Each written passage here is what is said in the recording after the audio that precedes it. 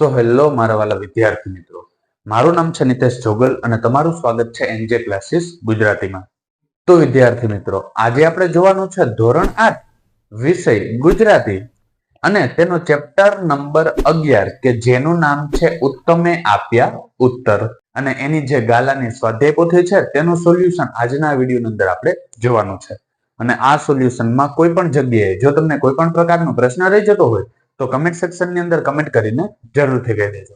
અને જો આ સોલ્યુશનની તમે જો પીડીએફ જોવા માંગતા હો તો આપણી એક વેબસાઇટ છે કે જેનું નામ છે njclasses.in.